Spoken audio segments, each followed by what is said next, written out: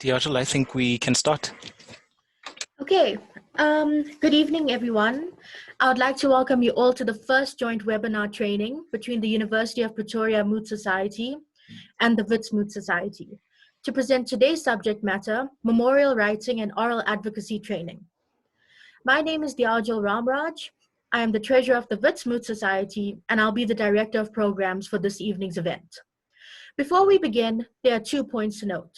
Firstly, I strongly urge everyone to ensure that they are muted at all times to avoid any background disturbances. Secondly, if you have any questions for our speakers, please drop them in the chat box below, preferably with the name of your speaker your question is directed towards, and they'll be dealt with at the end of the training as a whole.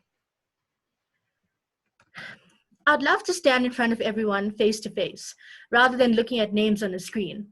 But with the ever-changing way in which we go about our daily lives, we need to think of inventive ways to adjust and adapt. That brings us to our first speaker, Professor C. Heyns. Professor Heyns is not only the director of the Institute for International and Comparative Law in Africa at UP, but is also a member of the United Nations Human Rights Committee. We are very lucky to have him as a speaker this evening, as he founded the National Schools Moot Court competition, as well as the Nelson Mandela Human Rights World Moot Competition.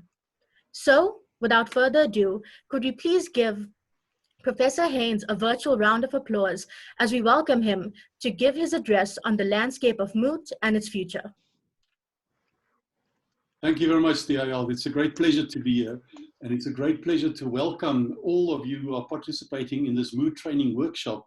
We are experiencing a bit of the future, of course, because this workshop is online, and as we know, I think many of the moots, probably all the moots in the future, will at least have an online component, hopefully combined with in-person participation as well. I should mention also, you refer to the fact that I'm on the Human Rights Committee of the UN. So we just completed a 4-week online meeting on peaceful assembly. And one of the major outcomes of this particular session that we had was a general comment on peaceful assemblies. And in that general comment, we say that online assemblies are also protected by the right of peaceful assembly. So I can officially say that here we are protected by that particular right, and also that this is becoming part of international law really today, and also accepted within the new instruments. It's inspiring to see how many students from Wits, from the University of Pretoria, both faculties where I've been a student some years ago, are joining us today, along with students from many other universities in South Africa, and I believe also some of the other African countries. So welcome to all of you. I saw moots for myself many years ago when I had the opportunity to study in the United States, and I was immediately struck. I didn't even participate. I walked past the classroom in the law school, and I was immediately struck by what is going on here. I had no idea. And I stood there and I saw this is a really interesting and a very powerful way to learn about law, but to learn about many other things as well. This is a game, but it's also very serious. So it gives one the opportunity to test the water, to test your mettle, to meet colleagues. It is for many people a way to see the world, to travel to moot competitions. And as somebody from Africa, I was also very much struck by the force that this method of human rights education, that it could have also in promoting the rule of law and the role of law on our continent. So back in South Africa in 1993, at the time there was virtually no contact between South African law faculties and law faculties in the rest of the continent, and also very little contact between African law faculties, many contacts to the outside world. But we then indeed started in 1992 the African Moot competition, which takes place every year now since 1992. And I think many people have said that this has revolutionized human rights education in Africa. And I can certainly say for myself, in terms of the experience of attending this, participating in this in many African countries, it has really assisted in establishing links and also making not just a country, but the continent as a whole also my home. The Nelson Mandela World Moot Competition, we started 10 years ago in South Africa. At the time, people had to travel here. We then eventually spoke to the UN, and because that's really the headquarters of human rights international law in Geneva, we arranged with them that this Nelson Mandela competition takes place now every year in July in Geneva, in room 20. That's the Human Rights Council itself. This year it will be in December, it will be online, but it's an opportunity for people to see the UN from the inside. And this is also based on my own experience the first time when I was there in the Palais de Nation. I walked around I was a young lecturer, and I walked around there in the corridors, and I heard on the one side there was a meeting about peace in Rwanda, and there was one on the convention on the elimination of racial discrimination that dealt with Iceland, and there was a different meeting on India, and this was just in a way a sort of bee's nest of activity, very confusing, but also very inspiring. And I decided I want to be part of that. And that's the kind of experience we give to people who participate in the Nelson Mandela Moot in Geneva then every year. We've also in the meantime started the South African Schools Moot Competition. And this is now part of the curriculum. So 17 years old in the schools across South Africa have to write an essay for and against. And then based on that, there are provincial competitions, and then there's the final competition in the Constitutional Court. And of course, there's the Jessup competition, which has been established many years ago, in which we increasingly started to participate from South Africa.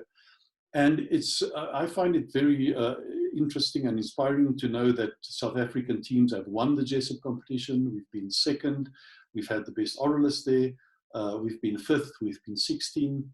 Some of the organizers of this event today, I won't embarrass them by naming them, but they've been members of these teams who did exceptionally well on the world stage. And that also confirmed the belief that South African legal education competes with the best in the world, and South African law students can compete with the best in the world. And I certainly believe, and we are on a major drive now to increase the reach of the Jessup Moot in South African law faculties. We want to make sure that every law faculty participates in the South African rounds, and we had around 10 faculties this year already. And I certainly believe that South Africa is in a position to win this competition. Again, we compete with the best in the world. So I think this is not an easy time in many ways to be a law student, to practice law, given the restrictions that we currently have. But the fact that this particular event is taking place, and I see there are 166 participants tonight, I find it very encouraging in terms of human rights and the state of human rights education in South Africa and in our neighboring countries.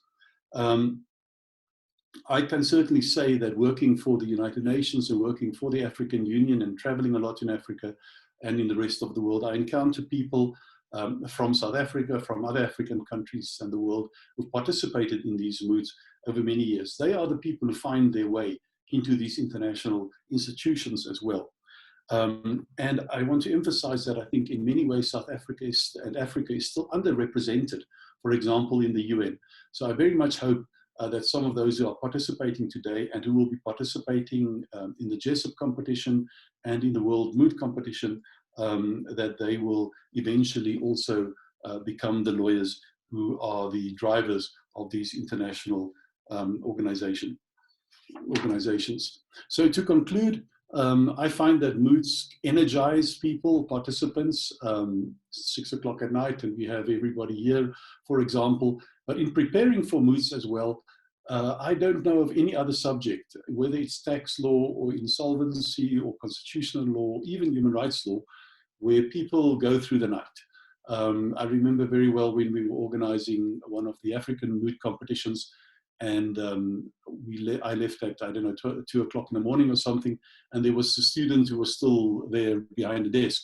And when I arrived back at the office at around 7 o'clock, she was still there. She was sleeping on her arms on the desk. And I said to her, when will you rest? Because you have to go to this moot to participate. And she said, Professor, one day in heaven we will rest. Of course, that I said to her, you're making many assumptions here, that there's such a place, that we'll go there, that the rest, all those sort of things. But that illustrated to me the way in which moots can energize people. And I've seen over many years that our students who participate in the moot, that they sit through holidays, they sit through the evenings. This is really, it's a game, but it's serious. And I think people get some sense of the big wide world out there, and they are finding their way into that. So in the first place, it energizes, and then in the second place, I think it gives confidence. When we had the first moot competition in '92 in Harare, there were 13 chief justices. At the time, we didn't have international lawyers as the presiding judges, but there were chief justices from 13 countries. And I remember one of the students, I asked him afterwards, how did you find it? He said, well, I've appeared in front of 13 chief justices. I think the local magistrate will be a walkover when I get home. So there's this effect of giving confidence as well that comes out of moots. So I want to wish you all the best for the workshop tonight. I want to wish you all the best for the moots in which you'll participate in future, online and in person. I certainly share the idea that it's much better when you're in person, but online has become extremely interesting as well. And especially if these two things are combined, I think they offer a really good opportunity to test one's skills. I wish you the best in your future careers. I do hope that I see many of you in the international organizations as well. And I wish you the best for your meeting tonight. Thank you very much. Thank you, Professor. I think we can all agree that it helps any aspiring mooter to sort of get the confidence to move forward in moots, especially thinking about the direction it's headed in the future by evaluating its history and past. As I mentioned earlier and was said in the chat box, if you have any questions directed towards Professor Heyns, please leave it in the chat box and it will be addressed at the end of the session. Now, to formally kick off the training aspect of our session, our next speaker is Keketso Kgomosotho. He is a candidate attorney at Baker McKenzie who has received his LLB and LLM from the University of Pretoria. Not only has he competed in multiple international moots, including the renowned Jessup competition, he has also coached winning teams for the International Schools Moots competition and coached Jessup teams for the period of 2017 through to 2019. Having him take the lead on memorial writing and the construction of legal argument aspects of the training will definitely aid us in becoming fierce mooters and ultimately a force that judges will fear. Keketso, on to you. Thank you so much, Diajo. You know, immediately when you started introducing me, I felt a pang of nerves run through my body. You know, I've coached and participated in all these moots, but I still get nervous each and every time I have to speak in front of a group of people. Thank you so much for that beautiful introduction. My name is Keketso Kgomosotho, and as Diajo has mentioned, I've been involved in moots for a very long time, longer than I care to admit. But actually, I want to tell you a story before I begin with the formal training. I promise I'll get to the real stuff now. The reason actually why I chose to study law had a lot to do with moot. When I was in grade 11 in high school, I was exposed to the National Schools Moot Court competition. And of course I didn't win. But having had that experience, it became one of the constitutive reasons why I decided to study law, because I was exposed to how the law can function as a tool for social justice and the change that law can achieve when put to good use. I definitely encourage you to continue on this mooting road. I have certainly learned a lot more, even substantively, from mooting experience than I have out of any other classroom, as Professor Heyns was saying earlier on. But enough about me. Let's get into it. So for the next 25 minutes, I'm going to speak to you about key tips to keep in mind when drafting and developing your written submissions, right? Memorials or heads of arguments. I will refer to them collectively as written submissions. And given the time limit we have and the varied skill level we have today, I thought it would be useful to speak about these 5 key points that I've prepared for today. I will make brief comments on each issue and hope to address, some of the more burning issues in the Q&A session later. So as I speak, please feel free to enter your question in the chat box, and I'll be very happy to address it in more detail later on. So I will begin first by speaking about the purpose of memorials or written submissions. Why do we write written submissions? Then I will move on to speaking a little bit about the methodology of constructing a legal argument. That will be followed by, I'll say a bit about the structure of written submissions, then how to deal with unfavorable judgments in your written submissions. And finally, if time is left or if time permits, I will give some general tips to keep in mind when drafting. So turning first to the purpose of written submissions, aside from the fact that written submissions train a very fundamental skill that you'll need for the remainder of your legal career, in moot context specifically, the purpose of written submissions mirrors that of written submissions before a real or actual court, which is, in summary, that you must present a clear, logical, and persuasive outline of your client's case or arguments for the sole purpose of assisting the judge or the reader to come to your desired conclusion. So written submissions are usually submitted ahead of time in moot court experiences before you appear for your oral presentations. And that means this is the first impression that the judge has of you. And it also forms part of the sort of framework for your oral arguments. Later on, oral arguments are often based on the previous work and the previous structure that was achieved in the written submissions. And if you've participated in a moot court, especially in international law moot court, where participants exchange memorials, or if you've judged memorials or moot competition, you understand how tempting it is to infer a team strength based on their memorials before you've even met them, right? So this really just underscores the importance of having good memorials speak for you before you've even entered your oral submissions. So the takeaway, I suppose, from this first bit is that memorials are very, very important. In my experience, I have been involved in moots now for almost 10 years. And that's the one constant that we've always been taught, that it's very unlikely for a team to win a moot court competition if they have bad memorials, right? And in my experience as well, that's always been the case in the teams that I've coached. The teams that have done really well are those teams that have had the better memorials. To give you an example, in 2018, when we placed fifth in the international rounds of the JESUP, we also won the best responded memorial worldwide. So I think there's a lot to be said for the role that memorials play in your overall success in this mooting experience. Turning now to the methodology of constructing a legal argument. In this section, I want to introduce you in very brief terms to the IRAC method. So now that you're participating in a moot court competition and you've done your research, you've made your notes, and now you're sitting in front of your laptop with Microsoft Word open, and now it's time to draft. But the one question that moot participants always struggle with is, how do they construct a legal argument, right? And then string them together to make sense in a large document, written submissions that you will submit.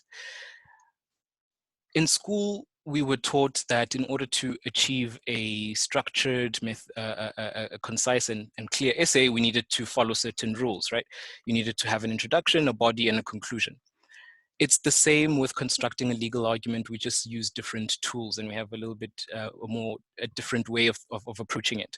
We use the IRAC method, which is the letter I, the letter R for rainbow, the letter A, and the letter C. And each one stands for issue, rule, application, and conclusion. And these are the four ingredients for any legal argument, right?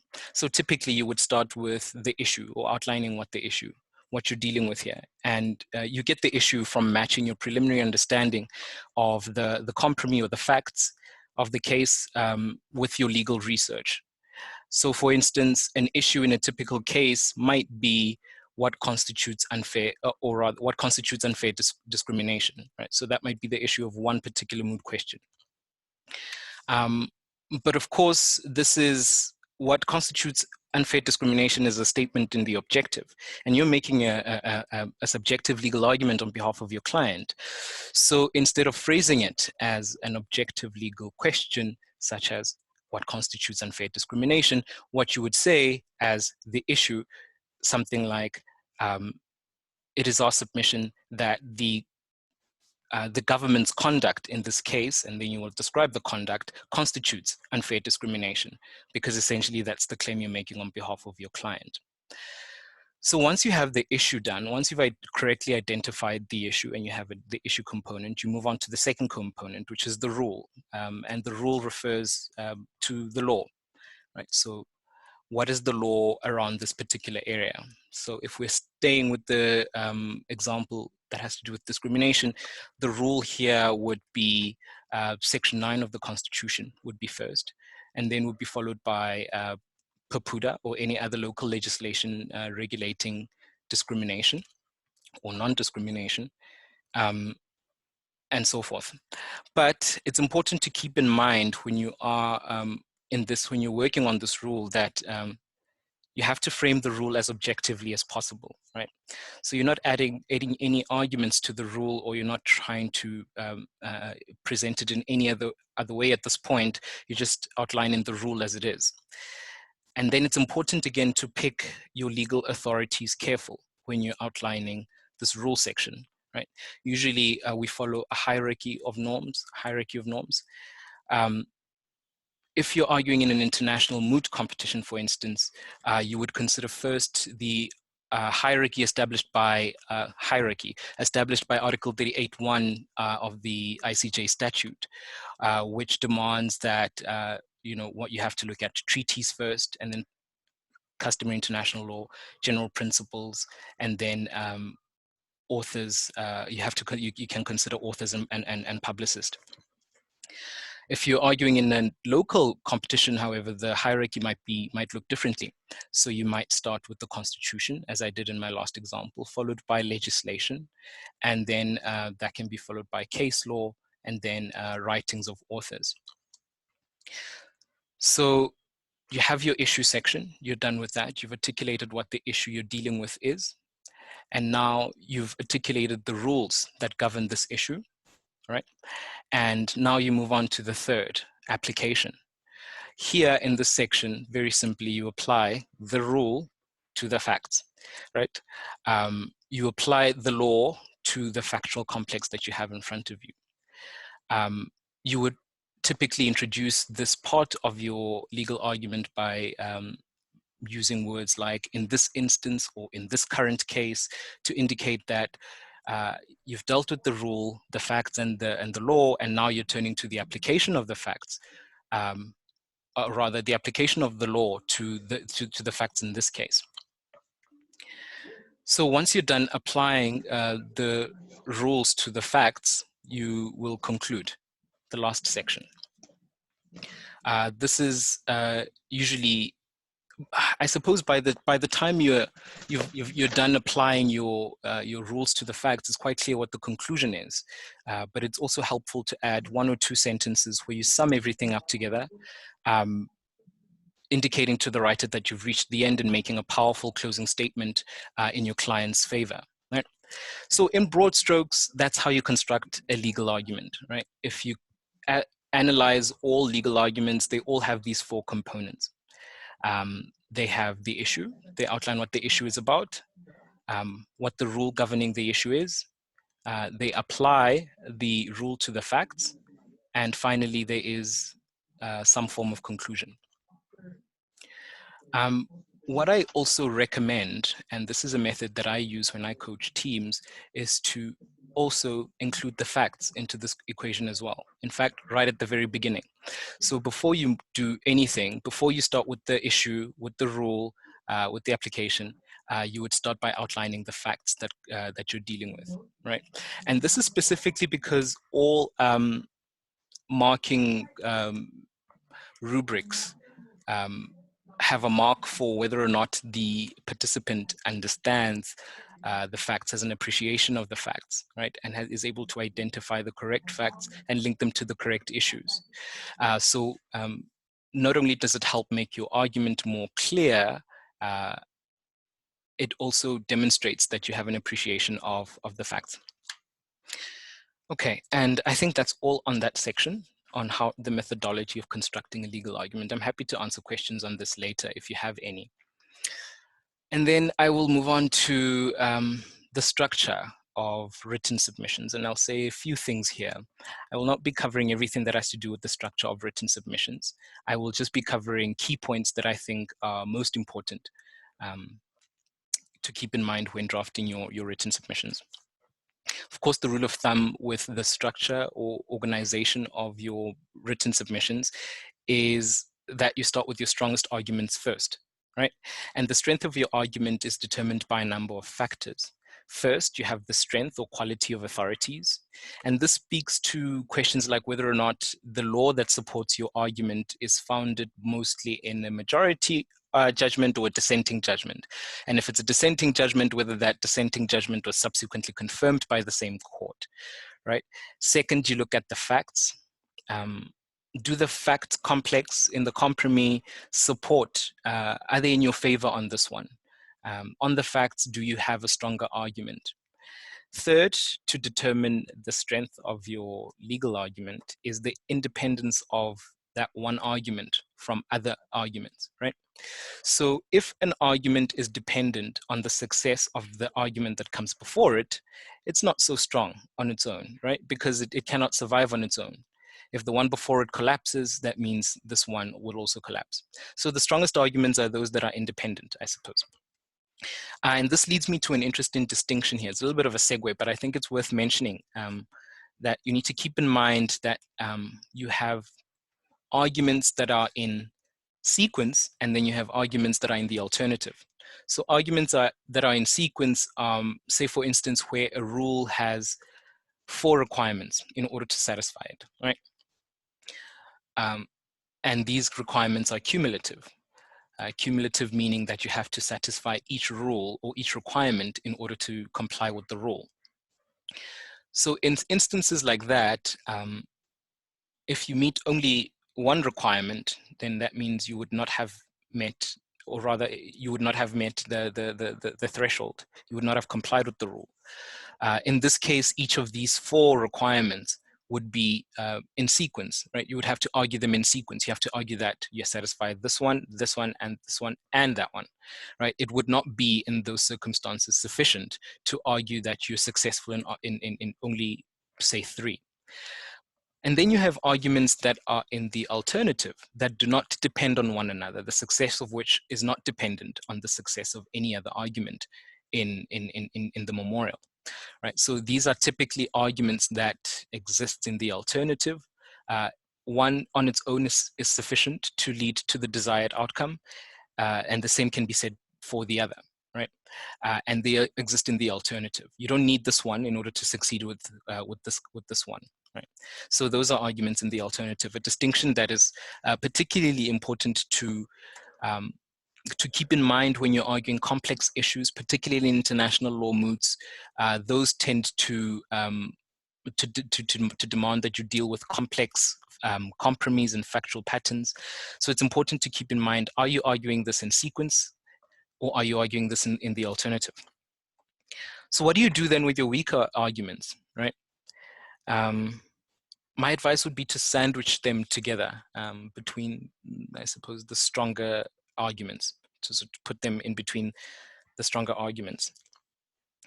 Although the first prize is that you shouldn't have any weak arguments, but because this is a moot, you likely will have weak arguments, and you should be prepared. If you're putting it in your memorial, you should be prepared to defend it in oral submissions. All right, I will move on now to how to deal with unfavorable judgments. So before I get into the substance of that, I want to say a little bit about the structure of moot court competitions as a whole.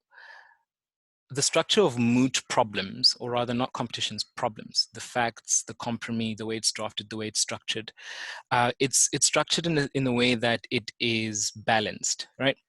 It's designed to test particularly vague or unclear areas of the law, and it's unlikely that you will find case law that will solve the problem, right?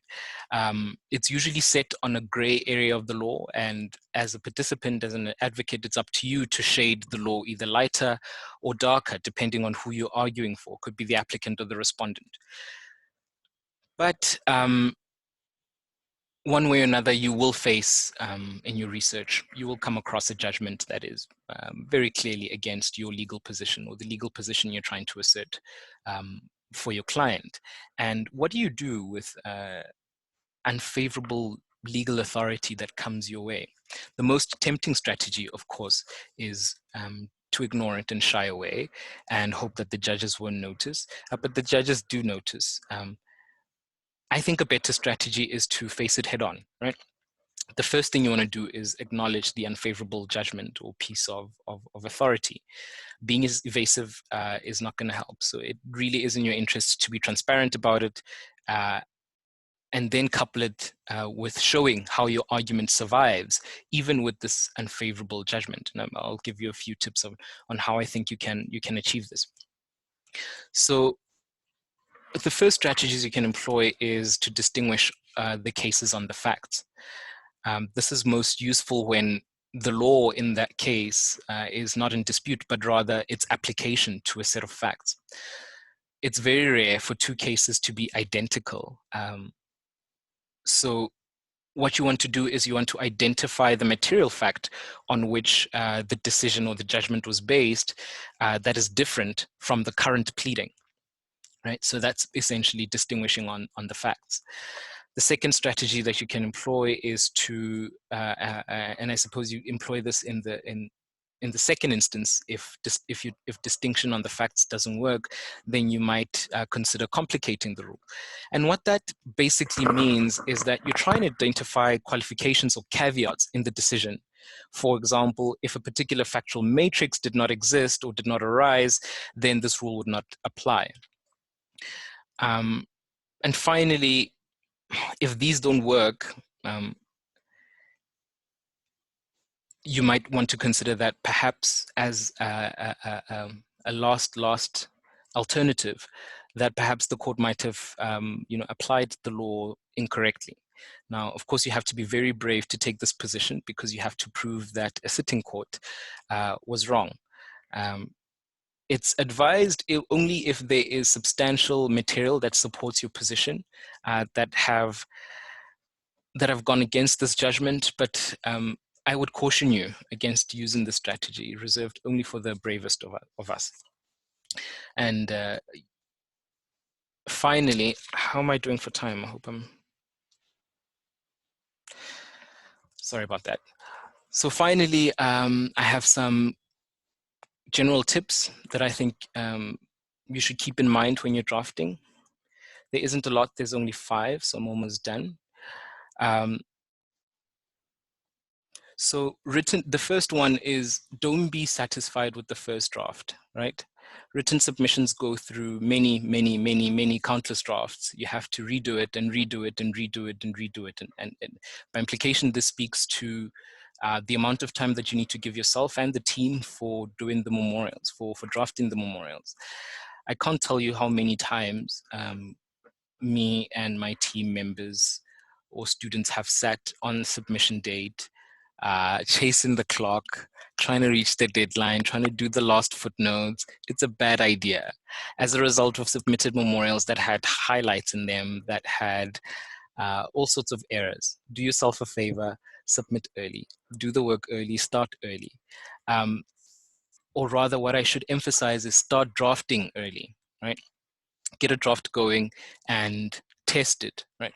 So in my experience, another thing that I've noticed in my experience is that once we have a settled memorial and we've submitted it to the competition organizers, we then go on to do more research, and often the level or intensity or depth of the research intensifies after the memorial submission, because now memorials are out the way and all you have to do now is prepare for what most people consider is the fun part, which is the oral presentation. And that's where you really go deep into the research. But what you realize there is that your memorial is not up to scratch. so to speak, right? It's a little bit underdeveloped because some of the arguments you developed or deepened or strengthened or reinforced after submission.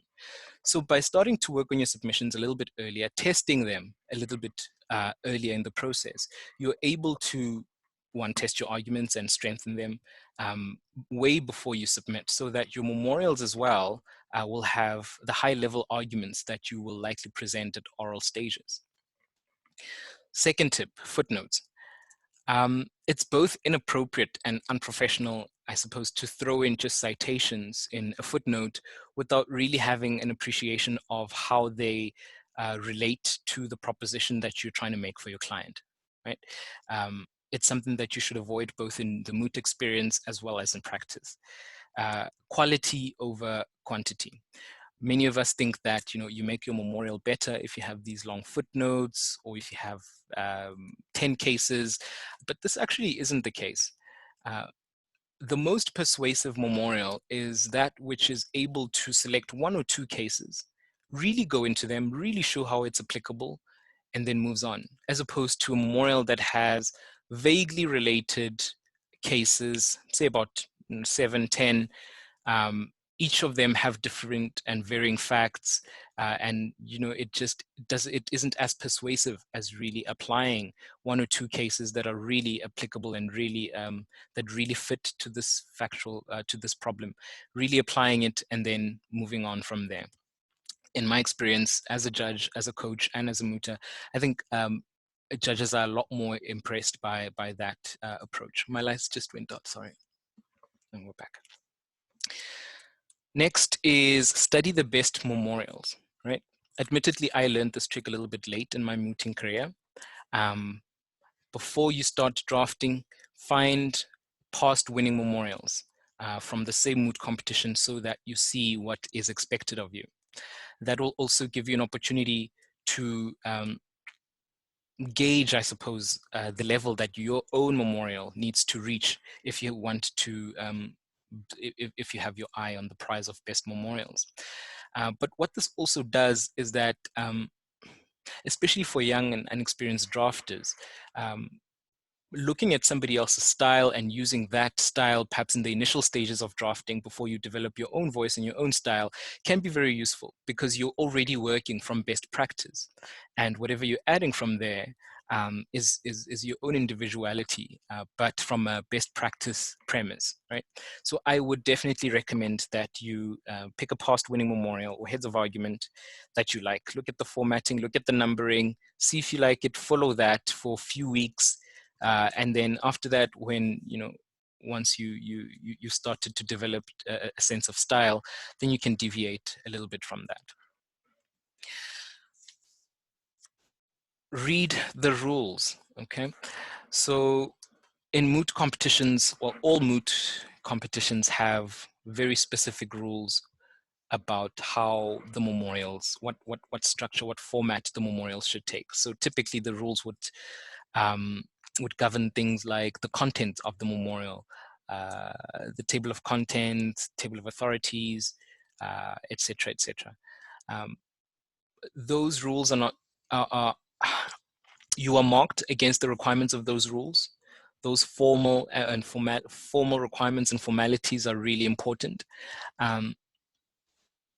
So while on the one hand, the substance of your memorial is also important, and I would encourage you to really focus on the substance, the formalities as well are also crucially important, because you stand to lose so much points if you do not follow them, right? So do yourself a favor, pick up the rules, read the rules, and see what is expected of you, what you need to put into this document, and what requirements it needs to meet. That's it from me. I hope that you guys have specific questions in the end, and hope to chat to you guys a little bit later. Diajo? Thank you so much, Keketso. I think that adequately inspired us to draft legal arguments that will make our competitors question their place in the legal fraternity. As I mentioned previously, any questions directed towards our speaker can be left in the chat box and will be addressed later. Okay, now moving on. Our final speaker is a real treat. Sohela Surajpal is an LLM student in the Human Rights and Democratization in Africa at the University of Pretoria. Her experience as being part of the Dynamite 2018 Jessup team that went to Washington that year, which also ranked 5th globally from over 600 teams, makes her ideal to provide us with oral training this evening. She was also the chairperson for UP's Moot Society in 2018. Her successes are not limited to her own talent and skill, but also reflected in her coaching ability as she trained UP's Jessup team in 2019 and 2020. Her team won the national rounds, best team, best oralist, and best memorial. So Hela, the figurative stage is all yours. Thank you so much. Okay, hello everyone. And so I'm going to be speaking to you about oral advocacy.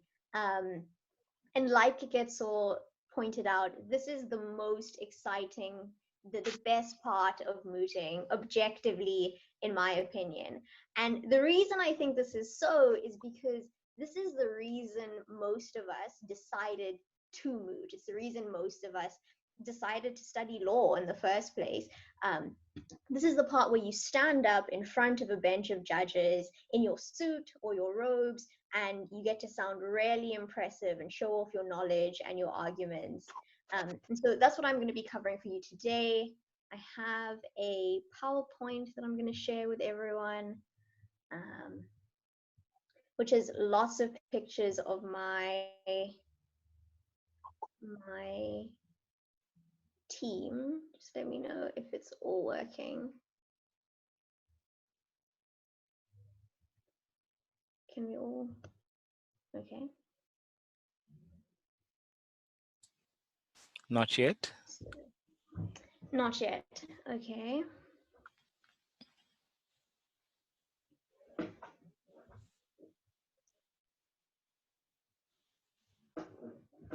Can you at least see the screen that I'm trying to share, or is it just We see it now. blank? Okay, perfect. Cool. Just looks a little messy, but that's fine. All right, so oral advocacy, objectively the best part of mooting, but also the most terrifying part of mooting, I think. It requires you to, like I said, get up in front of a bench of people who have many more years of experience than you do, and to try to convince them that you possibly know more than they do about this particular issue. And so what I'm going to do is break this down into just a few sections, and these are the sections that you will also generally be marked according to. So the first of these sections is style. If my computer could cooperate, we could go to those slides. But style is essentially not what you say, but rather how you say it. And this is incredibly important in most moot competitions, although this will depend on your particular competition. Style is worth just as many points as your content is.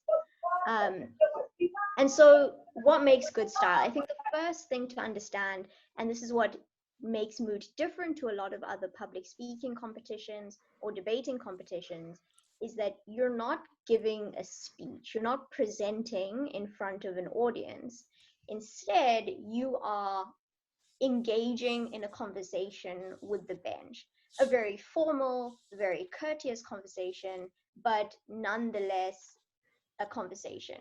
And so that means rather than speaking at your audience, you need to speak to and with them. And so I'm not sure if how much experience we all have, but most of you who have seen a moot will know that the judges interrupt constantly. They don't sit back, listen, let you complete your speech and then engage. They will hound you from the beginning. I've been in rounds where speakers haven't even completed their greeting before they were asked questions, where they haven't been able to get through almost a complete sentence during their entire speech. And so we'll go into answering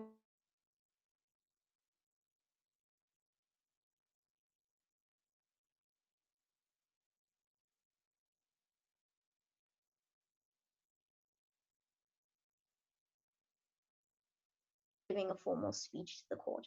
Okay, finally. And part of being conversational means leaving behind has convinced us lawyers speak like. So instead of being sort of aggressive and assertive in front of the judges, you do need to remain somewhat passive and deferential to the judges while still remaining assertive and owning that space and your place at the podium.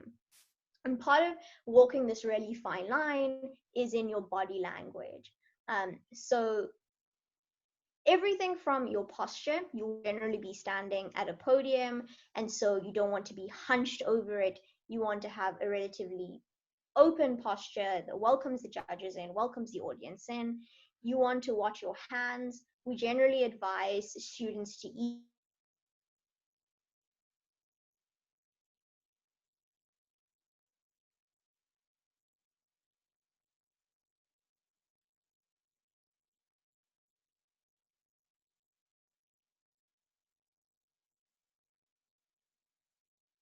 specifically for emphasis to let them rest, because excessive hand movements, I know I was a prime culprit of this when I started mooting, because I was a debater for many years, and so I was very into using my hands and body language to speak. But that gets very distracting because moot judges are generally trying to follow very complex legal arguments and factual arguments, so you want as few distractions as possible.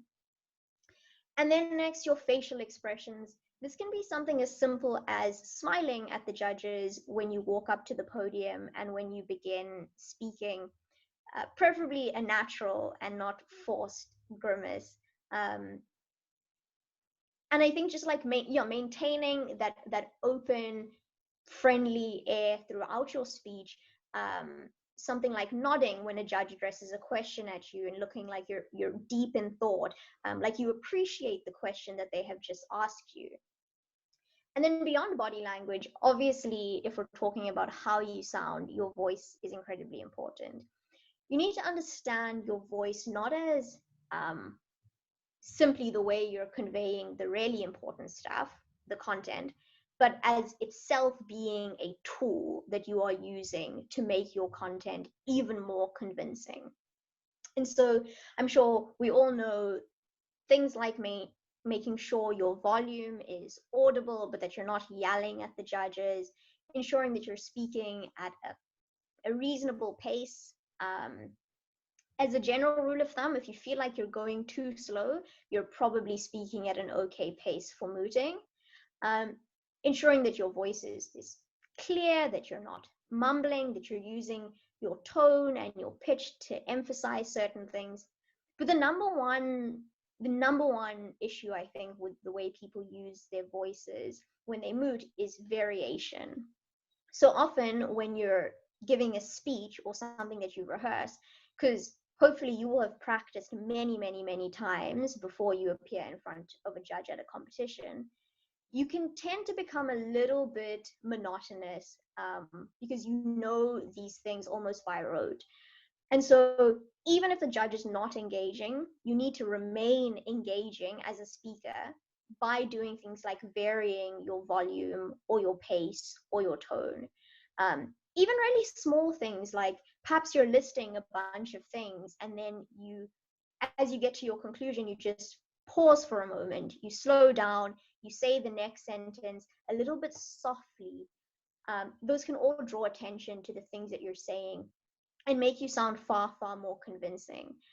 I know it's maybe not great practice to say something like this, but very often you will believe a good speaker making a bad argument more than you will believe a bad speaker making a good argument. That's how important style is, and it's maybe a bit unfortunate that that's the way it is. But if you are competing in an oral round, this is something we must accept and we must attempt to excel at. Next, eye contact. You obviously want to look at the different judges, give them equal amounts of attention and time. Often you'll have a very quiet judge who isn't doing a particularly good job of engaging. They need attention and eye contact too. The last thing you want to do is to leave them out because they have an equal say in your score and whether or not your team wins. But this also means that your notes need to be prepared quite strategically. So I'm not going to give you a template for what your notes should look like, because I know everyone does it differently. I had a teammate who would write like a total of 5 words on a page and take that up and moot brilliantly off that. I, on the other hand, would try to fill my pages with tiny cramped writing and highlighting and arrows, because I just felt better and more confident like that. But what you so find what works for you, but whatever your notes look like, they should not be holding you down. You should not be bound by them. And so ideally you want to use a tool like IRAC that Keketso spoke about, and have your notes structured in that way, so that you, I don't know. Okay, someone writing IRAC. I'm not sure who that is, but it is not me. So yeah, so use that for your notes, so you know everything important is down, you're not scared, but your notes are still sparse enough that you're able to look up and engage with the judges rather than being bound by them. Okay, the next thing, your power stance. So when you start off mooting, you might speak for only 5 minutes in a first year competition. But once you start doing competitions like All Africa or the Jessup, you're speaking for 15 minutes at a time, or for 21 or 22 minutes at a time. And that can become really uncomfortable. People start fidgeting a little bit. They start shifting their weight from one leg to the other as you get a little tired, especially if you're wearing heels or just uncomfortable shoes. And so I think just when you go up, it's really, really important to assert yourself behind that podium. I always take a moment or two to make sure that, you know, feet a certain space apart, arms comfortable distance behind the podium. All of these sound like really trivial things, but they genuinely contribute a lot to how comfortable you feel, how assertive you appear, and how much control you have over the space. And all of those are really, really important. And then the last issue of style I want to speak about is time. Time is your biggest enemy generally when you're mooting. It can seem like having 21 minutes to speak is a really long time to speak nonstop, but when you're up there, you generally wish you had 40 minutes or a full hour to get through all of the content that you have, especially because the judges' questions mean that you can't stick to a strict practice speech or time regimen, and you're generally all over the place and feel like if you want to give their questions justice, or if you want to just get through all of your content, you simply don't have enough time. And so that's something that you just have to practice. You have to ensure that you are complying with the time limits, because you will get marked down or just interrupted and stopped if you speak over time. So that's the first element of time, is ensuring that you do comply to the time limits. A good tool that I was taught is that you should have a 5-minute version of your argument prepared. You should have a 2-minute version of your argument prepared. You should have a 1-minute version of your argument prepared. So if you realize suddenly I'm running out of time, because generally someone will hold up how much time you have left while you're speaking, you can switch to your 1-minute version of your argument and get it out of the way really fast without sacrificing the content of the argument. And that's something that just needs to be practiced. But the next element of time is that you want to show constant awareness of your time. Not that you're panicking or rushing or speeding up, but something like, if you perhaps have used your time a little unwisely and you still have a lot to cover, saying something like, but the judges are sort of keeping you on a particular argument, which they often do, and not allowing you to continue, you might want to say something like, in the interest of time, may I answer Your Excellency's question and then proceed to my next argument. And generally the judges will allow you to do something like that, and they'll generally give you some level of credit for being able to manage your time and not allowing them to take you off on a tangent. So I know that speaking about style like this can seem very abstract, and I'm going to, at the very end, give you a tip to maybe make it a little more concrete for you, especially if you've never mooted before. But just for now, I want to go to the next section, which has more to do with content, right? Your questions and argumentation. And a lot of this has already been covered by Keketso when he spoke about how to formulate arguments, how to structure arguments, how to get around really tricky pieces of authority.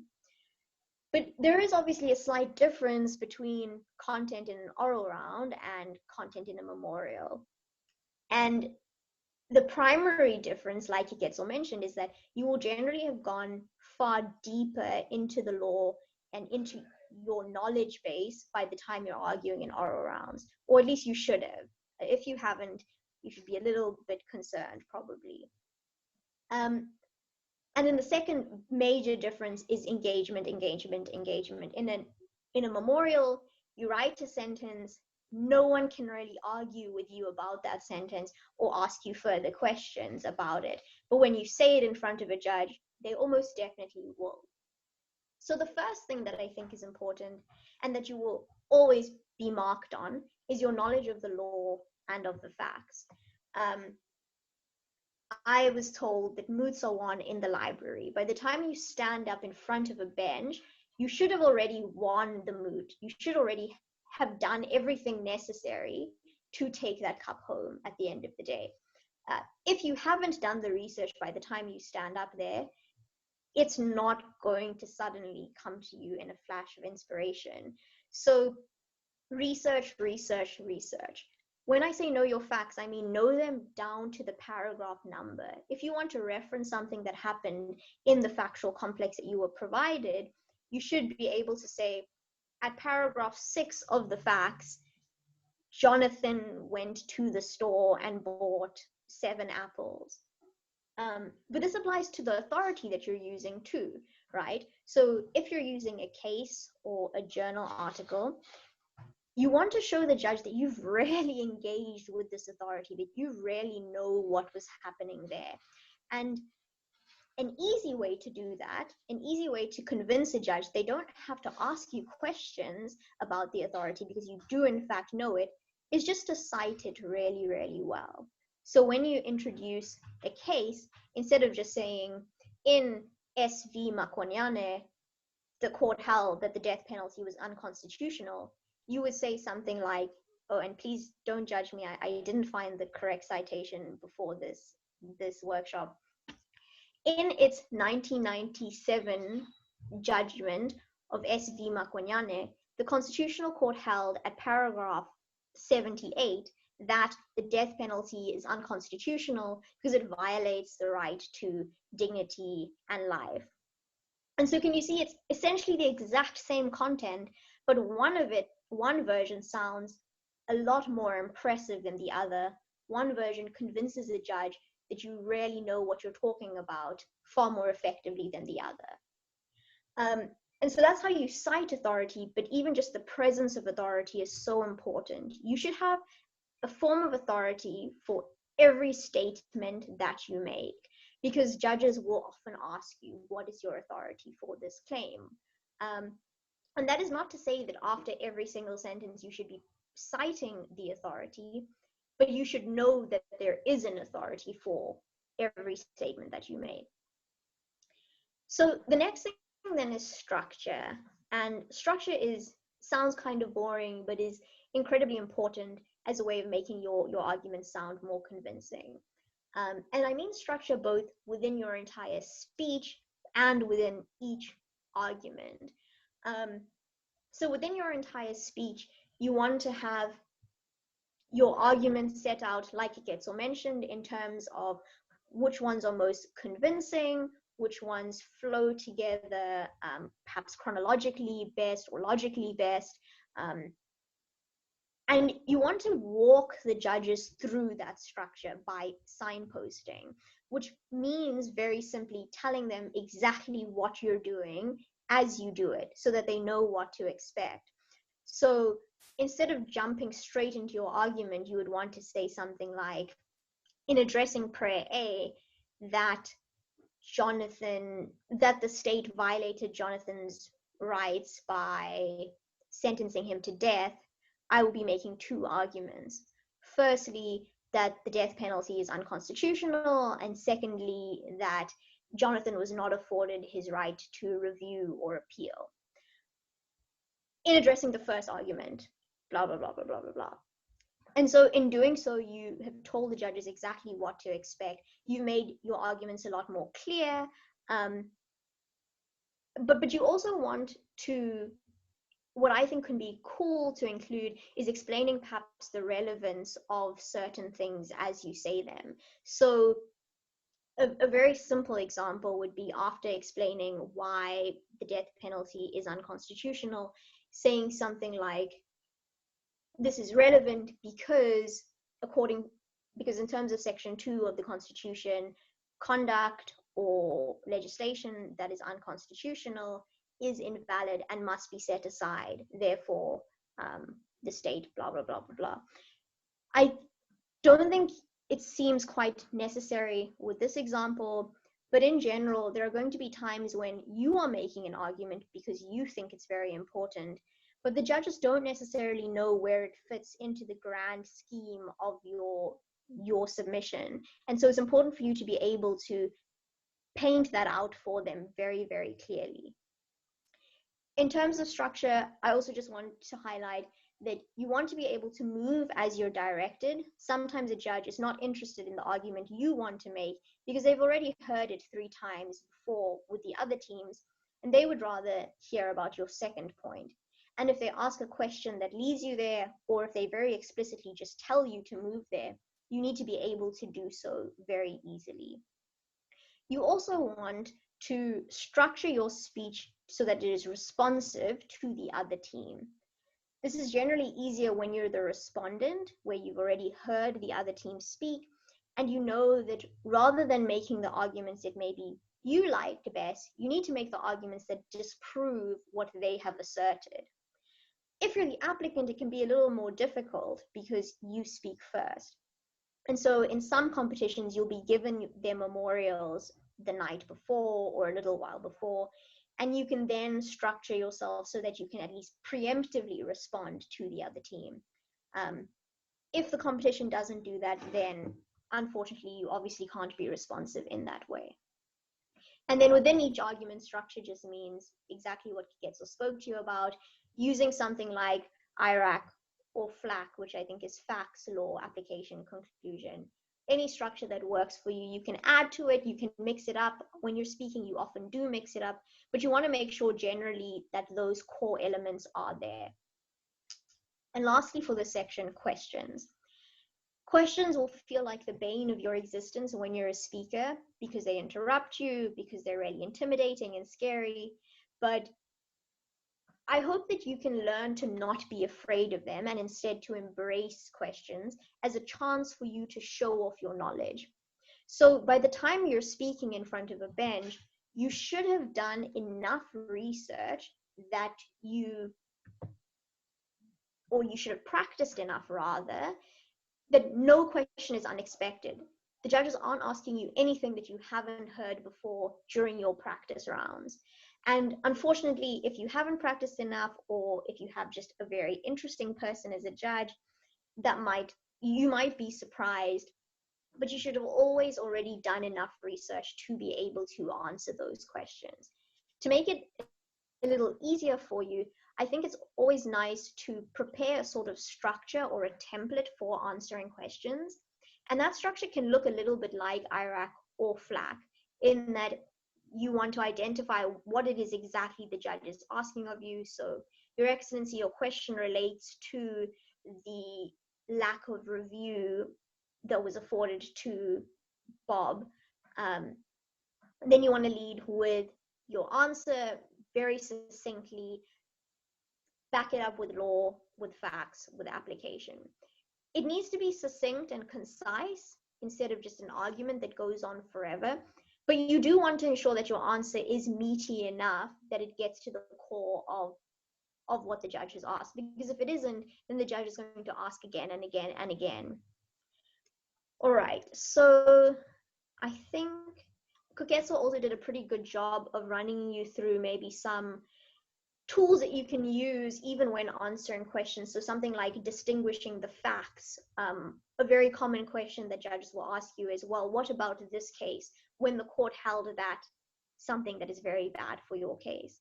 And so you need to have already researched that case and know exactly how to distinguish it, and to be able to tell them, in that case, there was this factual element that is not present now, and so we cannot directly apply that precedent.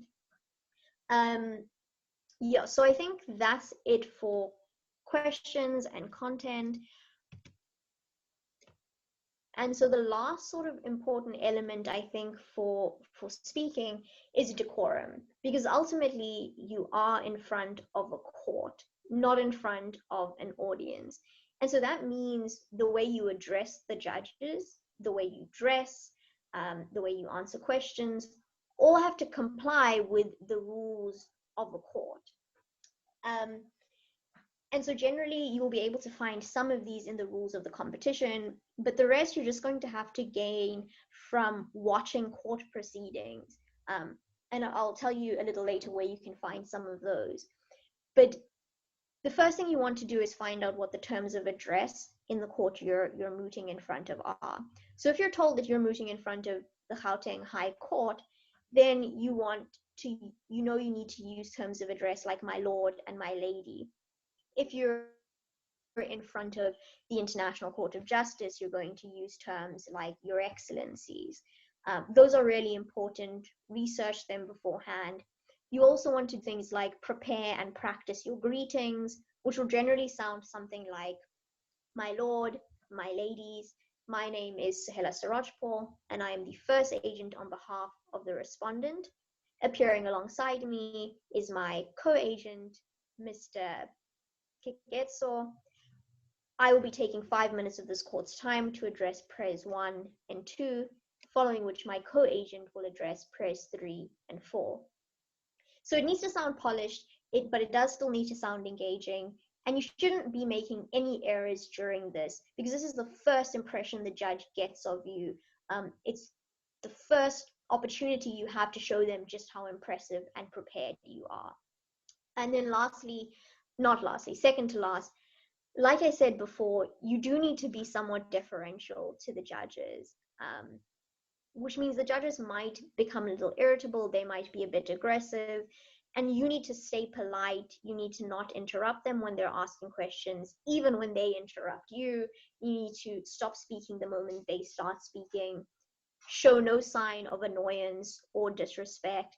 Maybe smile when they make a joke, but try not to laugh at them if they say something wrong, or to be rude if you need to correct them.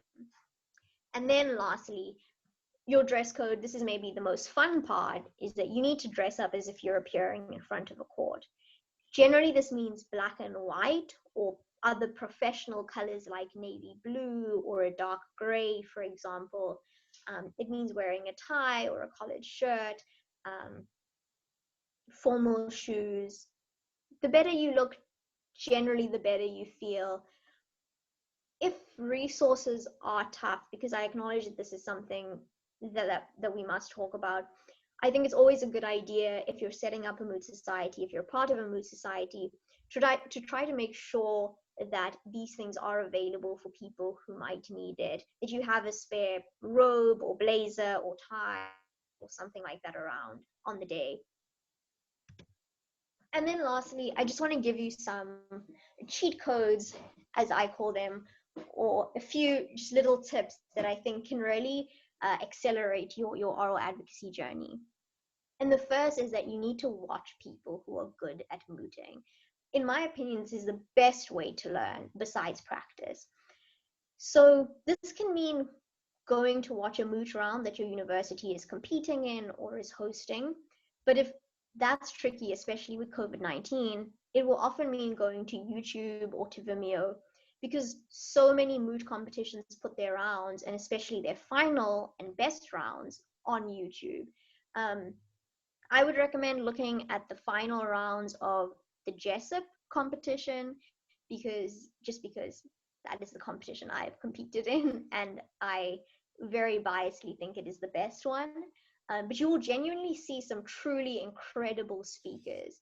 And I don't just want you to watch it and be impressed, but to judge them, to think critically, what are they doing that I like and should learn from? What are they doing that I hate and should avoid?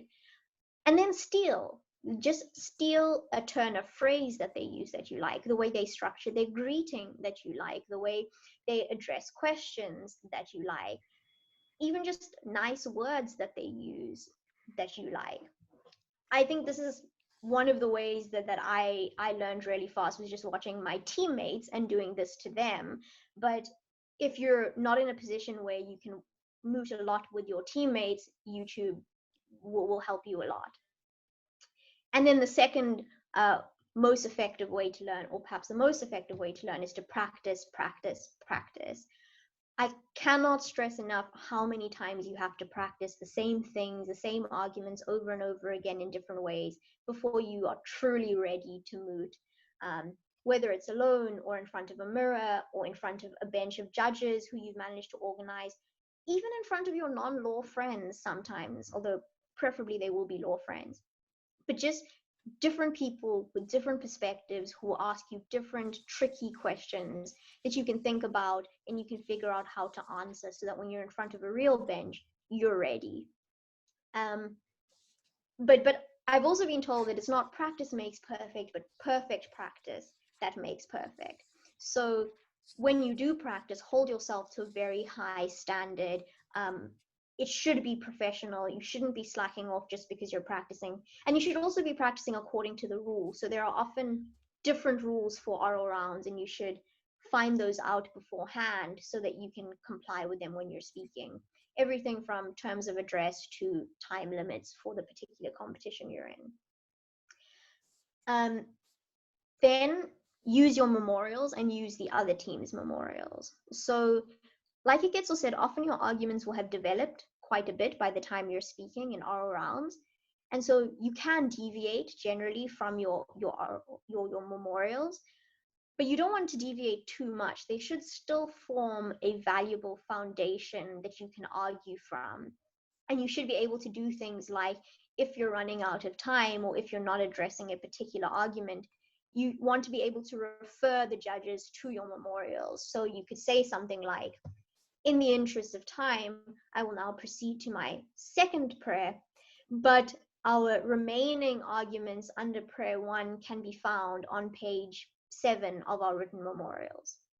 Reference them often, make the judges aware of the hard work you've already put in, but also reference your opponent's memorials, especially if you, well, obviously only if you've gotten them beforehand, because that just makes you look more responsive, more engaged, and just gives you the opportunity to point out where they have failed. And lastly, just before I conclude, fake it till you make it. The journey to becoming a master mooter is very long. I don't know if you ever complete it. And so it's very tempting to be like, to just feel very scared, very nervous when you stand up and speak, and to wonder where everyone else gets the confidence to speak from. And the reality is that most people, even people who've been mooting for years, are incredibly nervous and scared themselves. And so just pretend like you're confident. Everyone will believe you. And in the process, you yourself will feel a little bit more confident. But yeah, I hope that this has been helpful. I think we are running out of time, so would really like to be able to address some of your questions. But yes, that is all I have to say for today, and I hope that it has helped some of you. Thank you so much, Sohela. Thank you, Sohela. Okay, thank you for sharing your vast insight with us. It was really useful. I think when we all are presenting in front of a moot court, we will do our best to channel our inner Sohela. Our final item on the program for the evening is the much anticipated question and answer session. We'll be addressing all the questions left in the chat box. If you require any further clarity on a question that has been asked, feel free to unmute yourself and interact with the speaker. Unfortunately, Professor Heyns is not available at the moment, but the one question that was addressed to him, Keketso has graciously accepted to answer. So the first question is, what are the prospects of venturing into a career path in the international scene, and how viable is it? I do that myself right now. So typically with international law moots, one useful component about them is that you're part of a network, right? Once you've participated. So one thing they always tell us in Washington when we're there for the international rounds is welcome to the family, right? And these are international lawyers, judges, people who work in international law or with international law in all shapes and forms, right? And they're welcoming you into this network. And it's then, I think, up to you to make these connections, to build these relationships if you want a career in international law. Often at Jessup moot competitions and other moot competitions, there's always promotions or universities, offering master's programs in international law. So I think it really is up to the person. Moot is not going to get you a career in international law. I think it allows you to make yourself a career in international law. Some of the people I've met mooting include Professor Diritladi, who is a member of the ILC, and I would not have been able to meet him had it not been for the network that I had established through Moot Court. Professor Heyns himself, I met in 2009 when he was the Dean of Law. And now he's in the UN, but I met him through Moot. So I think it's what you make it. Moot allows you, it opens the doors, it allows you access. And then I think it's up to you what you want to do with those privileges. Did that satisfy the asker of the question? Is he still here? And then Okay. we can move on to the next question. Well, we're just going to address the questions that were mentioned for you to answer. Sure. So the second question is, what about concessions? Can you concede where you have a bad case or where you hit a dead end? Yes, absolutely. Concessions are actually very useful, right? One, if you have a bad case, if you've misspoken, okay, let's start differently. If you've said something by mistake, if you've advanced an argument, sometimes you're confused with nerves, don't go on with that argument when you realize that it was a mistake, right? So rather say, Your Excellencies or Chief Justice or whatever, I misspoke. What I meant to say is, right? So that's correcting an error. But concessions can be strategic and useful where one, in oral rounds where a judge just, will not. Actually, let's think about this. I wouldn't recommend a concession where a judge is asking difficult questions. I would recommend a concession where it is strategic, where if you give up just one element or one point of the argument, you can still win the rest of the claim. In those circumstances, you definitely should concede, right? If a judge gives you problems. But this requires knowledge then of your arguments. You need to know which arguments I can concede, which arguments I can't, right? For instance, there are certain arguments that form the basis of your claim that are so fundamental that conceding them would be essentially conceding the whole claim. And those you absolutely never, ever concede under any circumstances. Whether you have a bad case, whether a judge is asking you difficult questions, you never concede those arguments. But those arguments with which the argument can still survive without, for which, it's a requirement, but if you fail on it, your argument is not lost, it still survives. Then I think definitely, if you run into trouble, if it's strategic at that time, definitely concede. But it requires knowledge of which points. And you don't develop this knowledge on the stand, right? You have to decide this beforehand, that this argument I can concede if it comes to it, and this I can't.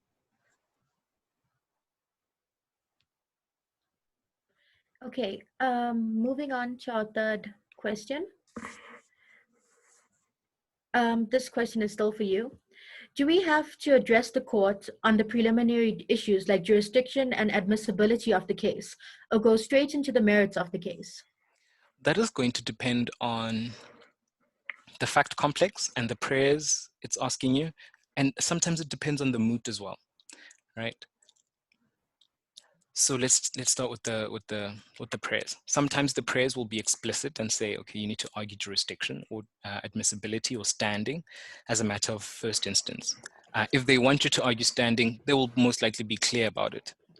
But sometimes in competitions like the Jessup, it's up to you to recognize often if you have an argument as far as standing is concerned. For instance, in last year's Jessup Compromise, or rather the year before, there was a claim, we made a claim on standing, that the applicant did not have standing. Although it wasn't asked in the prayer, it was a strategic argument to make in order to defeat the applicant's submissions, right? So in those circumstances, it wasn't required of us to argue standing, but we still did because we thought, rightly so, that we had a valid argument that the applicant did not have standing. So it's going to depend on the prayers, what they're asking of you. Sometimes they will be, most times they are explicit if they want you to argue standing, jurisdiction, or admissibility, and sometimes it's just strategic to do it. Okay, thank you for your response to that. There is a general question. Yeah. It says, I would like to inquire from the organizer of this training whether it would be okay to share with the recording presentation from all facilities in all the topics. They joined a little bit late due to network failure. And also, which website will the recording be available on? Okay. Kyle, Chandre, can we put the recording on your website? So that's the UP Moot website, if they have a website. And then Wits, if you guys have a website. But at the same time, I will also put it up on Jessup South Africa's website. I will type it into the chat box now. It'll be up tomorrow. So it's www.jessupsa.org.za. So there's the website. I will put the video up there, and I will also put links to Wits and UP websites where they have the video up as well, or social media accounts. Okay, great. And do you find with people sharing the recording? That's not up to me alone. Sohela, this is your intellectual property as well. I'm perfectly okay with that. All right, I'm happy with it. Okay, so we have a joint question for both of you. Do you recommend doing an R, then A approach, set out all the rules first, and then only do application after all the rules have been set out? Or 2, one can adopt an RA approach, express rule, apply immediately, thereafter express rule, apply immediately, etc. Sohela, do you want to go first? Sure. I would say that I don't think it's that formulaic, especially in an oral round, but even in your memorials. As much as we give you the structure, you're often not going to be following it exactly, because you're not going to have a single piece of authority and a single relevant fact for an entire argument. I would say that generally more of an RA approach works a little better. If you're just citing all of the authority, all of the rules, and then applying to all of the facts after that, I think it can often sound irrelevant for the first section, because a judge or someone reading the memorials is sitting there wondering, why do these rules matter? Why are you citing several sections or articles to me? But I think that it should flow a little easier if you do the second approach, but again, not entirely formulaically. I don't have anything to add. Okay, perfect. Now we will move on to the questions directed specifically to Sohela. Firstly, Do the physical elements of style count for score points? Can failure to maintain eye contact, bad posture, etc. be of any detriment to your accumulated points, provided your argument is solid? Okay, just before I answer, Keketso, you're obviously welcome to answer these too. But especially if I leave anything out that you think is important. But I probably should have listened then to that question. I think I've got this question though. Thanks. So it depends again on the specific mood. Generally, judges will be given a rubric that they will use to score you. And on some of those rubrics, they might have a section that specifically speaks to eye contact or to body language or volume or pace. In which case, yes, you will have specific marks allocated to those particular things. But in some moods, you won't have maybe it said so specifically, but you will have a section dedicated to style. And as much as you might not have 2 points for eye contact, if you don't make eye contact, any reasonable judge will deduct some points from you for failing to do so, because the things I ran through are really the basics of style. And at the point at which even one of them is missing, most judges will mark you down to some extent. Thank you for that. Moving on to the next question. What can be done when one is unable to answer a particular question? Well, ideally, you will never be in this situation because you will have prepared so well and done so much research that this will never occur. But in the off 1 in a million chance that it does happen, there are a few strategies. The first is to try your best to find within you an answer to this question. Maybe you aren't aware of that particular case, but you are aware of the general jurisprudence around this matter, and so you can still answer the core of that judge's question, which might not refer to the particular case, but to the general tendencies of the courts to make certain decisions, for example.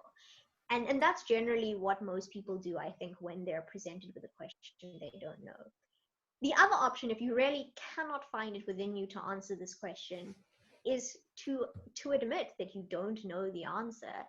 You'll often see mooters saying things like, that exceeds the scope of my research, or just very simply, Your Excellency, I'm afraid I am unfamiliar with that authority, or I don't know the answer to that question. But you can't just leave it there, right? Instead of just admitting that you don't know the answer, you're going to admit you don't know, and then you're going to tell the judges what you do know. So you might not know SVM, but you do know SVJ, which is about the same subject matter basically, and you can tell the judge about that, which I think is quite a good way to get around that situation, because it shows him that you still have done your research in general. I hope that satisfies our asker. Moving on, how is virtual oral presentation as compared to physical oral presentation in terms of guidance given by Sohela? Virtual seems to be the new norm in the new normal of COVID-19. So I've done not a formal virtual moot, but class activities where we were mooting virtually. I don't enjoy them quite as much as being in front of a judge, and they do present some difficulties. For starters, you can't use your body language in the same way. So right now, you can't really see what I'm doing with my hands unless I have them up here, which is very distracting and strange. You can't see that I'm wearing very nice clothes or my pajama pants. It really could be one of the two. You can't see my posture really, or my power stance, or any of those things. And if I don't have access to good technology, or my laptop camera is bad, or my audio is bad, I am somewhat at a disadvantage to someone who has a really good camera and really good audio and excellent lighting. And so I think those are things that are going to have to be taken into consideration moving forward. So if you're, for example, competing in a tournament, I would advise you as a team to make sure that beforehand you organize, a solid Wi-Fi connection, someone within the team who has a good camera and a good audio connection. So you can even set up your own podium, have a camera a little bit away so that you can be standing and they can see your facial expressions and your body language and your hands. And so while there are definitely difficulties and differences, I think they can be gotten around with a little bit of preparation and some creativity. Can I come in there? Immediately before COVID, one challenge that plagued African universities as far as competition and participating in competitions, especially international competitions, was this question of resources, right? So yeah, sure, it's not the same experience mooting in front of a camera, but I think it comes with a number of benefits as well, right? It really opens up the doors to teams who were previously not able to travel, to be able to participate in moot court competitions. And I think this is, it's very important given the position that many African faculties are in.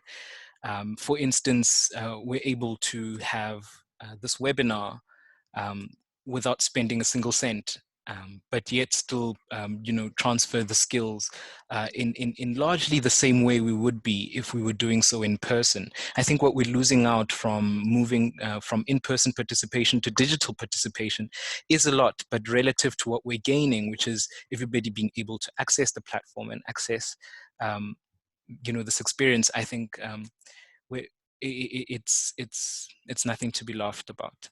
I think it offers some good advantages as well.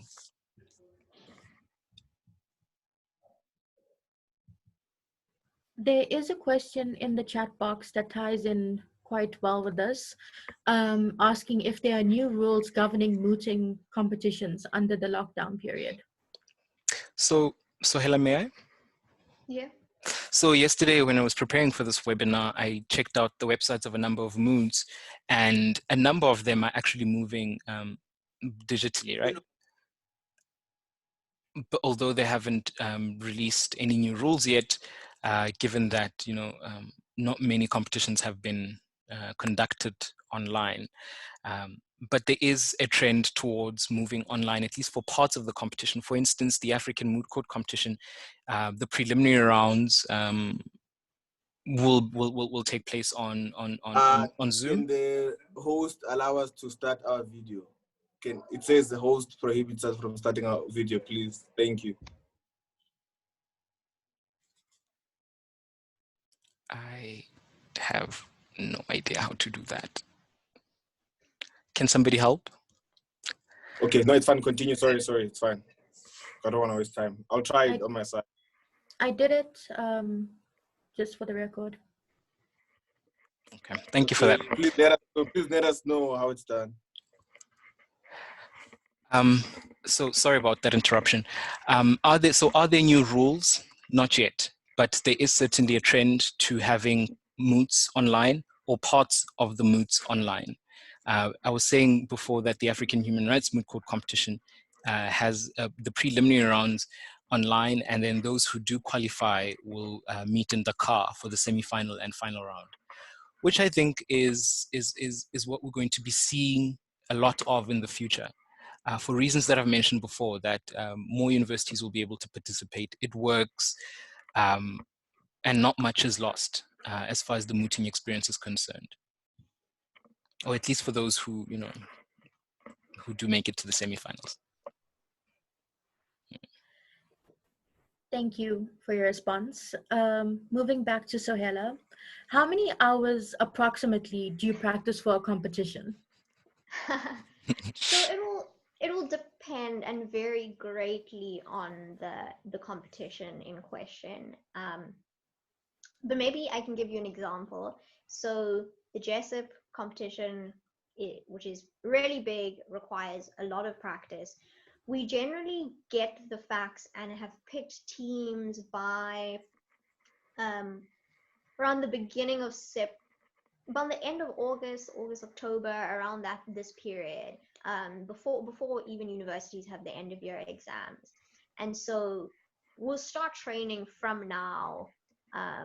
Memorials are generally due in about January or February, and oral rounds, we'll have national rounds in February, international rounds in April. and it's constant training the entire period. Like, I live in Durban, but had to live in Gauteng over the December holidays when I spoke and when I coached, because you're training every day of the holidays, whether it's on your own, which is very rarely, or you're meeting your team and working together on research. And it's something like training into the from the morning till night, and then doing it again the next day and the next day and the next day. It's, especially as you get close to deadlines, it's staying up through the night. So I can't give you a particular number, but I can tell you that it is generally constant work, and very intense work. But I hope that that doesn't scare you away, because that's not my intention, because I think that putting that amount of work into something is an incredible learning experience, and also just very, very rewarding, especially when you do well.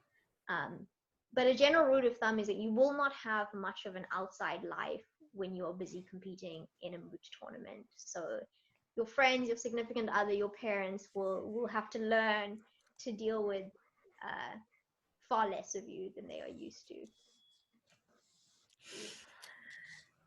Okay, that's a little bit daunting, I guess, but it is rewarding, as you have said. There have been a few questions pertaining to this one, so I'm just going to sort of clump it together, and hopefully it will address everyone's concerns. It's mostly pertaining to advice for a first-time mooter. There are people who struggle with nerves, remembering the facts, especially sort of almost like a stage fright. Any tips for a first-time mooter, especially in terms of confidence? So, like I said, the primary thing for me is faking it until you make it. I think what makes a lot of us very nervous is feeling as though you know very little, you have very little experience, and the judges and your competitors have that experience, have that knowledge, expect a lot of you. Um, and so just like psyching yourself up to be like, I've put in this amount of hours, I've done all of the work, I know what needs to happen. And even if I don't know, I'm going to do my best to pretend like I do. But that's, I guess that's a little less tangible. The best advice I can give is that you should never be first time mooting by the time you appear in a competition, because you should have practiced so much that you're almost an old hat by now. You've practiced in front of several different benches, and you've had a chance to sort of feel those nerves and speak through those nerves. So as much as they will still be there when you appear in a competition, there's something you can easily deal with. And of course, I think this is a little more difficult to do when you're speaking, maybe not in a formal national competition, but in something like your university's internal league, or, sometimes I know professors like to have a moot in a module. And there I would just say, just be creative then about how you practice. So maybe you can't practice with a coach, but you can practice with your classmates and your friends. People are always happy to help bench you, and that I think is the best way to get through nerves, if not over them. Can I share some of my experience? So anything new is intimidating and scary. Remember how difficult it was to drive a car for the first time, or learn how to speak, or learn how to use your hands. Everything new is intimidating and is scary, and that remains true for any new activity you'll ever encounter, especially one that is meaningful to you, right? Be that as it may, with more practice, you will get more comfortable. That's guaranteed. So with nerves, I started mooting when I was in grade 11. Now I'm 28 years old and I still get nervous, right? That's never going to go away. So nerves, I think, are that signal that tells you you're about to do something meaningful, right? That is important to you. And imagine if you didn't feel any nerves going into a moot competition. It'd just be not that important to you. It just wouldn't make sense to the system. So this is the system's way of saying, hey, I'm here with you, let's go, it's action time. So you have to learn to make friends with your nerves, right? So I usually employ like some breathing exercises. Some people prefer music, some people prefer running, some people prefer to be alone and not be disturbed. Find that thing that helps you, right? That's my advice. For me, it's breathing. Sohela, what's yours? I can't remember. I pace a lot. Pace, yes. And I like religiously go through my notes. Yeah. Everyone has a different thing, so find your thing and work on that. You'll be fine. And then also, if you're not able to, if you don't have access to a coach or to teachers or things like that, the mirror is a very useful tool, right? You are your worst critic. Nobody will ever be harder on you than you. Okay, maybe in some few cases, depending on who your mood coach is. But practice in front of the mirror, you will be fine. And in my entire experience, the worst round for a team is always on campus, right? I think that's, I mean, if you practice so much and you appear in front of all these benches, you want to get the worst out of the way. You want to have your worst round on campus. You really, if you're going to fall apart, if you're going to faint, if you're going to go into, you want it to be on campus, so that by the time you go to the competition, it's a local breeze, or rather, it's a bit of a breeze. Well, it's not a breeze per se, but it's, you know what I mean. Okay, next question. Next question is a little bit more factual, so kind of hard answer time. What happens in a case whereby one of the parties doesn't have standing? Then they can't appear in front of the court. I think it's important to know at this point that, you know, moots aren't real cases. It's not like this is just something that happened and it is likely that one of the parties simply can't appear.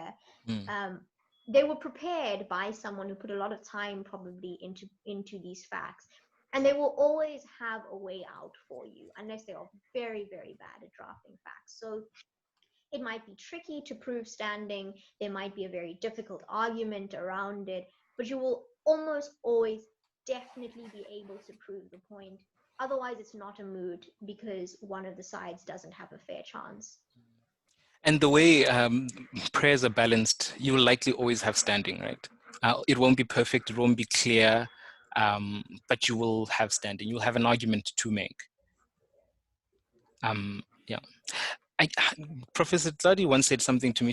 He said, a lot of the arguments we make in moot court competitions will never fly in front of the ICJ, right? Because of literally how creative they are and how out of the left field some of them are, that none of them would really work.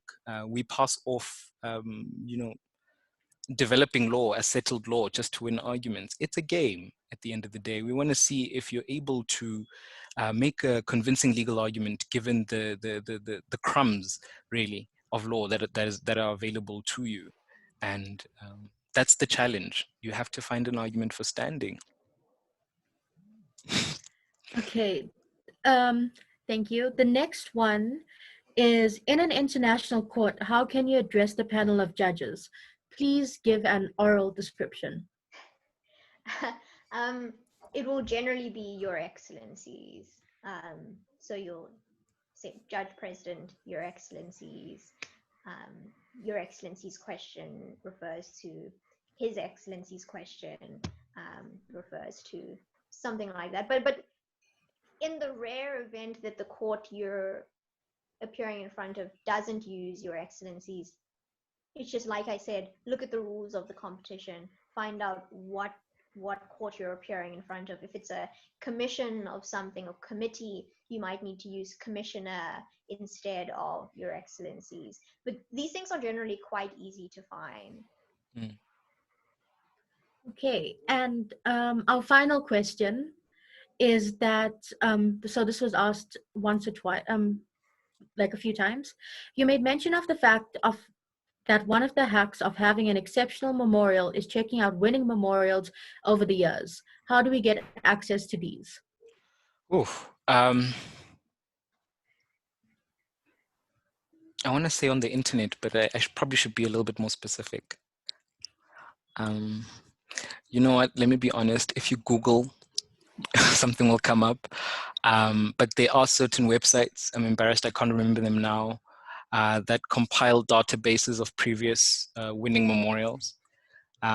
Typically, each moot organizer will have a website where they have an archive or link to some form of archive for past memorials. With Jessup, for instance, they publish winning memorials in an annual compendium that is available on Hein Online, right? Hein Online is also a resource that you get with Jessup. So, but generally they're available on the internet. If you just Google, you should be able to find them. And if you're not, I'd say go to the organizer's website. There should be a link to past winning memorials. Thank you. We've got a last minute question on the chat box. It says, good evening. My question goes to Sohela. Did you perhaps experience challenges in balancing academics and preparing for Moot Court competitions? And if you did, how were you able to overcome it? Okay, yes.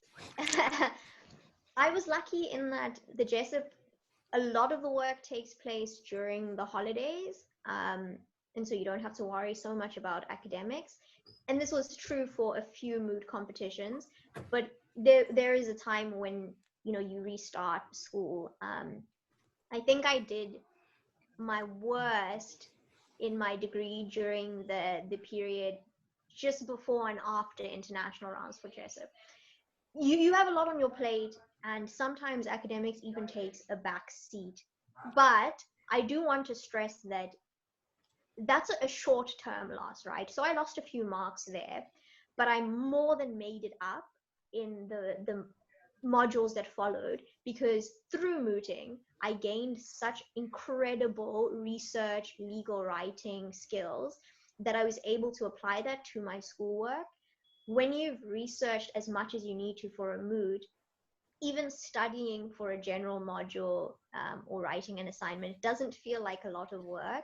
And so you're able to do it often much better because of the skills that you've learned, and much faster because of how used to juggling different things you've become. And so I think, yeah, I made it up in that way. But then secondly, I do want to stress that mooting will give you so many opportunities.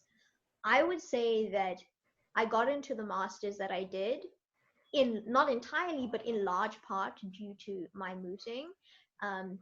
I've been able to get, you know, part-time work and jobs with really cool different organizations because of mooting and what it did for my CV and the skills I was able to learn. And I've met so many incredible people that I know will be valuable contacts for the rest of my career and the rest of my life. And so if we're talking about academic losses, it's really important to measure that up against the long-term, very real academic successes that mooting will bring you, and just career gains that it will bring you. Okay, thank you very much for that. I think that does conclude our question and answer session, and ultimately the training webinar as a whole. Unfortunately, we could not send refreshments to everyone here via Uber Eats, as much as we would have loved to. To our three wonderful speakers, on behalf of all of us in attendance, we'd like to thank you for taking the time to address us and for sharing your knowledge and insights. Can I get a big virtual round of applause for our speakers? Woohoo! To all the attendees, we hope that you found this training helpful and engrossing. Balancing studies and home life is not easy. So a big thank you for choosing to spend your Thursday evening with us. Finally, thank you to the UP Moot Society and the Wits Moot Society for organizing this training seminar. Have a good evening, everyone. Thank you so much, Bye, everyone, for joining us. Thank you. Thank you. You're welcome. Thank you. Bye, guys. Thank you. Thank you So much. Thank you. Thank you. So wonderful. Thank you. Merci beaucoup. Merci beaucoup, monsieur et mademoiselle. Thank you, guys. Bye. Merci beaucoup, monsieur et mademoiselle. Thank you. Should I end the meeting? Yes, I think so. Okay. Thank you. Okay, thank you so much, guys. Yeah? Let's speak offline.